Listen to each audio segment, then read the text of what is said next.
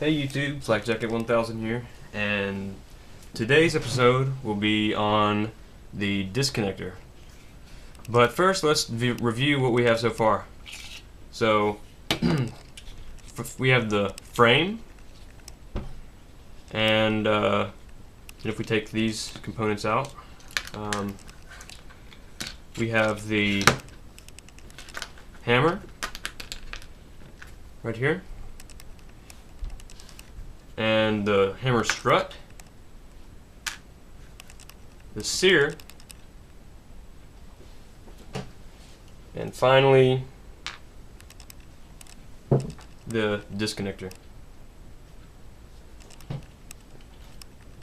Okay, so what the disconnector does is pretty much just simply disconnects the sear from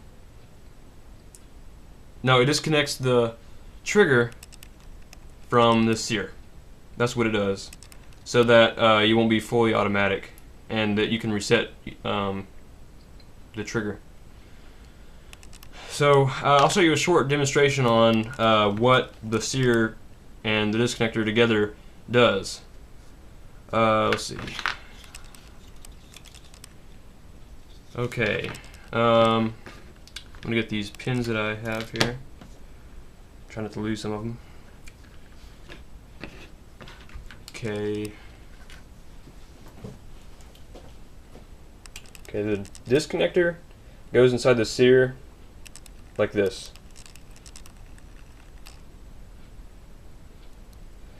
And it just sits like that. And let me zoom this in.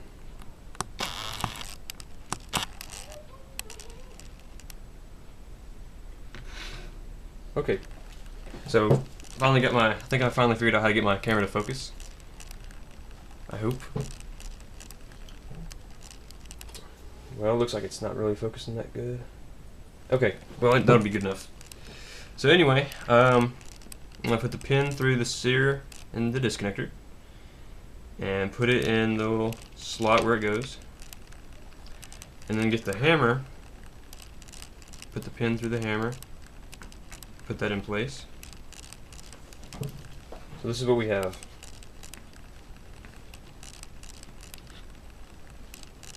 Let it focus. I guess I haven't figured it out. I need to zoom it out a little bit.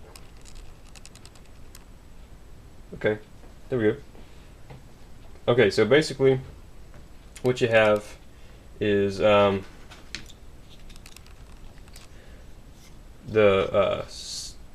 the sear will be pressing, the sear spring will be pushing right here toward to make it spin toward the hammer.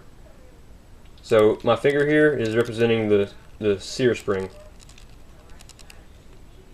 and so once it's pressing on there, when you pull the hammer down, it'll lock into the first slot. To zoom better here. Come on, zoom. Okay, so it'll lock into the first slot, and then you pull it back again, it'll lock into the full cock space. And what the sear does, the disconnector, is you can see the little bitty, the little, I don't know what you'd call it, the flat piece right there on the end. The trigger will actually press against that flat piece right there, and so the disconnector is going to fit against the sear like this. Oh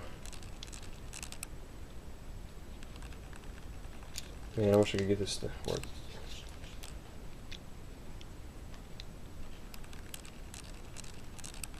There we go. Okay, so this connector is going to fit against the sear right. Sorry about that. I guess I don't got the zoom right. Okay, there we go. See that flat area right there? It's going to barely touch the sear when it's in there.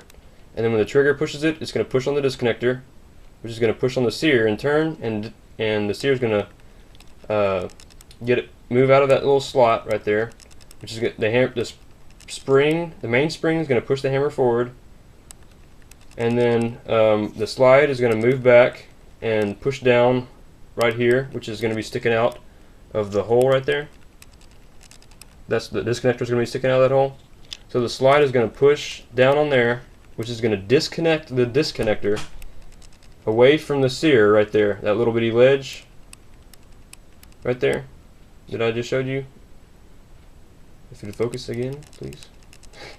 There we go. So it'll disconnect from that little bitty ledge right there, as you see. And the one part of the sear spring will push that back forward and up.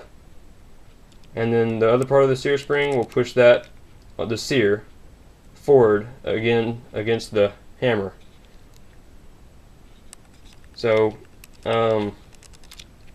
that's pretty much what it does. It's pretty simple. The trigger just pushes on the disconnector this way. The disconnector is going to push the sear off the hammer.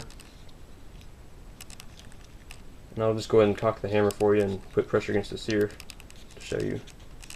Okay, we push pressure against the sear. Move the disconnector up into place. And then move the hammer. Oop. Okay, so it's in full cock right now. And then say the trigger is going to push against the disconnector right there, that little bitty ledge. So it pushes right there. Moves the sear over, and then the hammer goes forward, hits the firing pin. The firing pin hits the end of the primer on the bullet, on the casing, which is going to send the bullet forward. And Newton's third law says for every action there's an equal but opposite reaction. So the explosion inside is going to push the slide backwards, which is going to push down on the disconnector. And when it pushes down on it, it's going to disconnect it from the sear. Right there. It's going to disconnect the trigger and the disconnector from the sear, that little bitty ledge right there. And which is going to allow the hammer to go back forward and the sear to reset while your finger's still on the trigger. Because your finger's still going to be on the trigger, and this is going to be, the disconnector is going to be back like that. And then when you let go of the trigger, the sear spring is going to push it forward like that, and then up, because of the angle right there on the back. It's going to push it up, back into position. So be ready for the next trigger pull. I hope that explains it pretty good.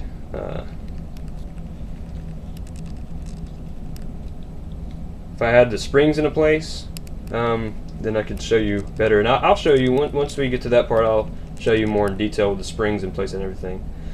But let me take the sear out. I mean the sear and disconnector.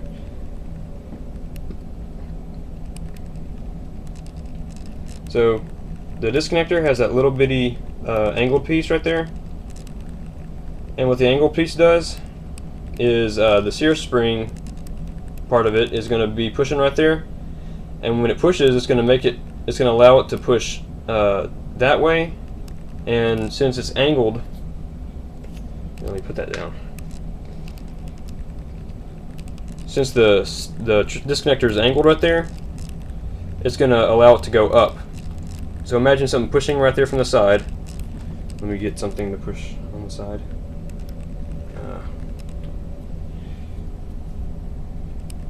Okay, so imagine something pushing the disconnector. Oh man, hold on, let me put it back there. Pushing the disconnector from that little angled piece right there, and when it's pushing on it, it's going to push outward, and it's going to push the disconnector up because it's angled. So out and up. It's going to slide on that piece and move upward. So that's what the sear spring does. It's pushing on that angled piece right there, which is going to push it out and up, which is resetting the disconnector on the sear. And when I say reset it, the reset position is going to be right there, where the little tab right there is barely sitting, touching the sear, like that.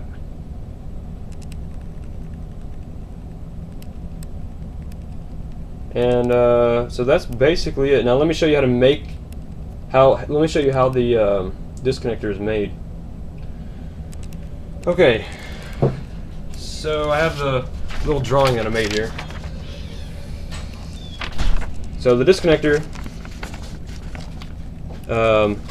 this is the front view right here, and the middle piece here that you just print out, this is the side view that you're going to print out, and you're going to make it 0.107, which is about 21 pieces of paper.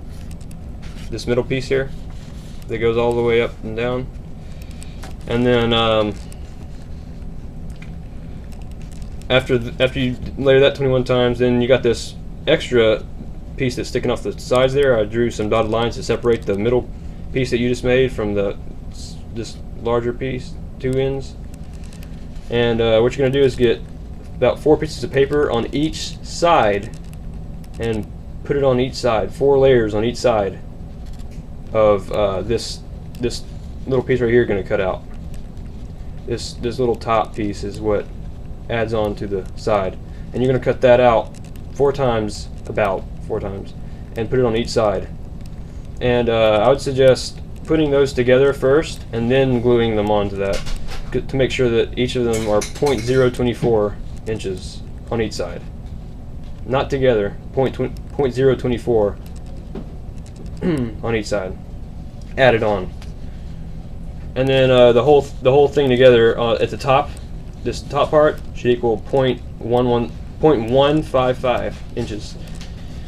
And then so after that, you're left with this rectangle piece at the bottom. And the rectangle piece, you can just cut out this from the blueprints, this rectangle part, and then, or you can make it yourself, because it is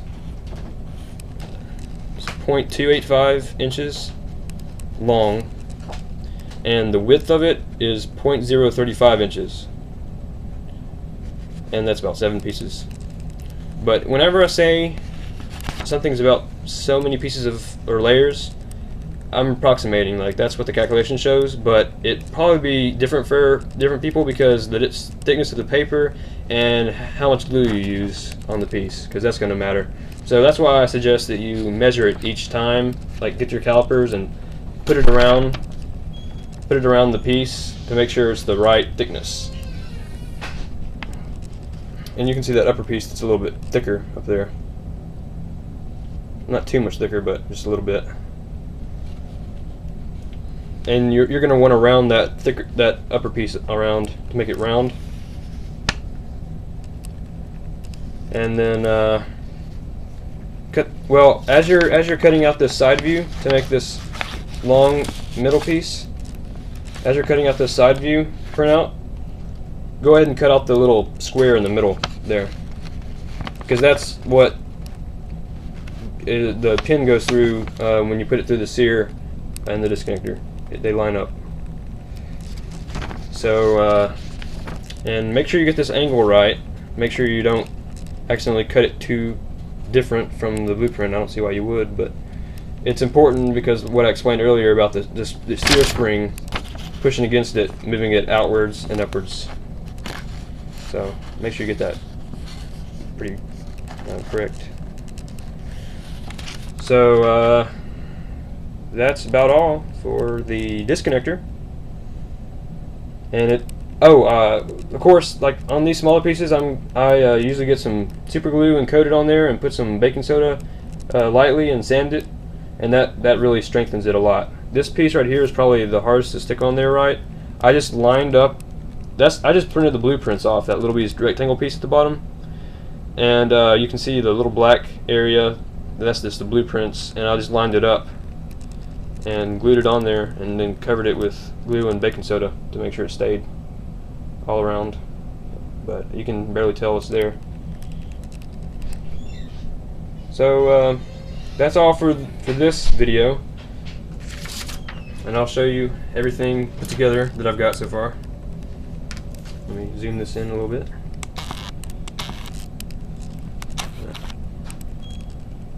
Okay. Alright, so I'm going to line up the disconnector and sear.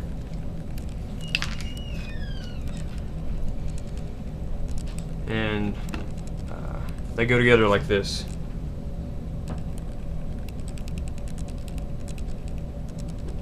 Like that. And then I'm going to get those and line it up inside through that hole right there. Match the holes up. Put the pin through. And then get the hammer. Put that through.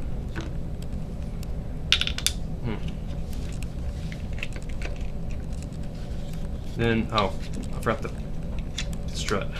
Gotta put that in first. And I just found this little bitty pin that works for the strut that I found. It's a little bit too small, but it works. It stays in because the sides of the internals keeps it in. So put that in.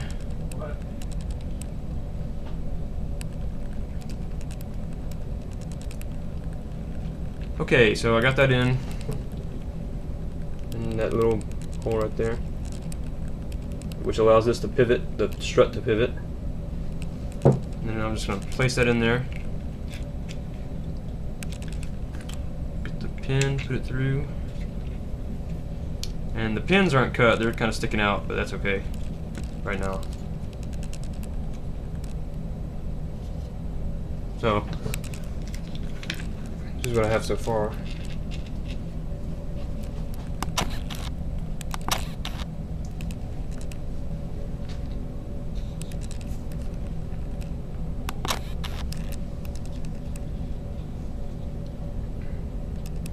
You can see the disconnector going through the little hole right there. Let's see if you can zoom into that. Yeah, it's going through the top hole there. And the slide is what pushes that down to disconnect it. And right now it's in full cock. So, like usually to simulate it working, I'll push in on the, I have a trigger in there. I'll make the tutorial next on the trigger. But I'll just get my finger and push against that sear, which allows me to pull the trigger, put it in half cock, and then put it in full cock. So, and you know, once I got it in full cock all the way right there, I'm not able to push it back up while I have pressure on there. So, basically that's what I got so far.